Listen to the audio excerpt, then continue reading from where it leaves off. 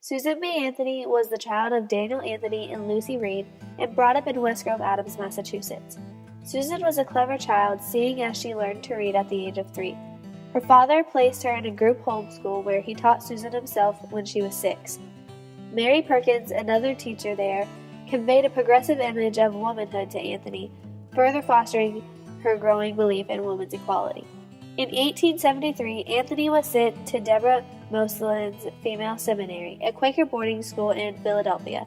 She was forced to end her formal studies because her family, like many others, was financially ruined during the Panic of 1837. Anthony's first occupation inspired her to fight for wages equivalent to those of male teachers, since men earned roughly 4 times more than women for the same duties. In 1849, at age 29, Anthony quit teaching and moved to the family farm in Rochester, New York. In her youth, Anthony was very self-conscious of her appearance and speaking abilities. She long resisted public speaking for the fear she would not be sufficiently significant. Despite these insecurities, she became a renowned public presence, eventually helping to lead to the women's movement. On November 18, 1872, Anthony was arrested by a U.S. Deputy Marshal for voting on November 5th in the 1872 presidential election 2 weeks earlier. She had written to Stanton on the night of the election that she had positively voted the Republican ticket straight.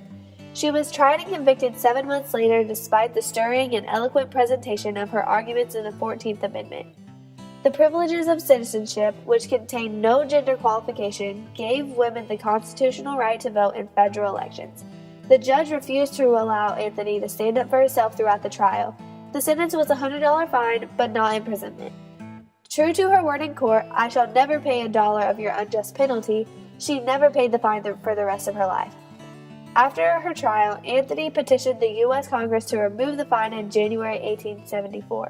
Anthony toured Europe in 1883 and visited many charitable organizations, giving speeches addressing women's rights to vote.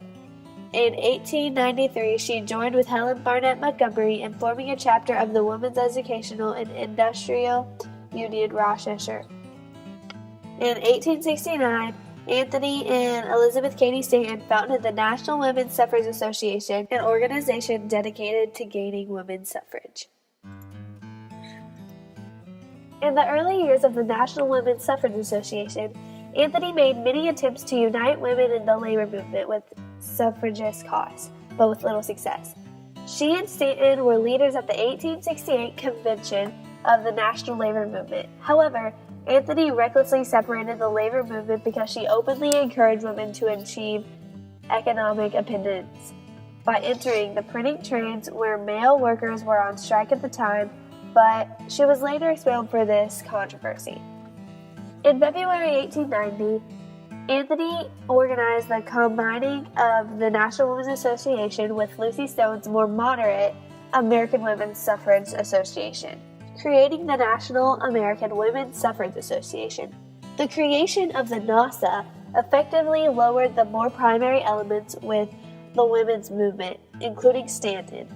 Anthony pushed for Stanton to be voted in as the first NAWSA president, and stood by her as Stanton was put down by the large factions of less radical members within the new organization. In collaboration with Stanton, Matilda Jocelyn Gage, and Ida Husted Harper, Anthony published The History of Women's Suffrage. Anthony also befriended Josephine Brawley Hughes, an advocate of women's rights and prohibition in Arizona, and Carrie Chapman Catt, whom Anthony endorsed for the presidency of the NAWSA when Anthony formally retired in 1900. Before retiring, Anthony was asked if all women in the United States would ever be given a right to vote. She replied by stating, "It will come, but I shall not see it. It is inevitable. We no more can deny the forever right of self-government to one half of our people than we could keep the Negro forever in bondage.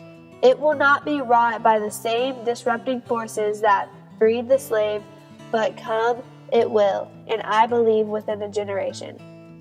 After retiring in 1900, Anthony remained in Rochester, where she died of heart disease and pneumonia in her house on March 13, 1906. Because of Anthony's dare to be bold, Women now have more rights than ever before and are still gaining them. They can have any job a man can have and are even higher ranked than men in some cases. Women are now able to vote and have a say in what they want in the government of America. Thanks to Susan B. Anthony, women all over America and even the world have so many more rights than before her time.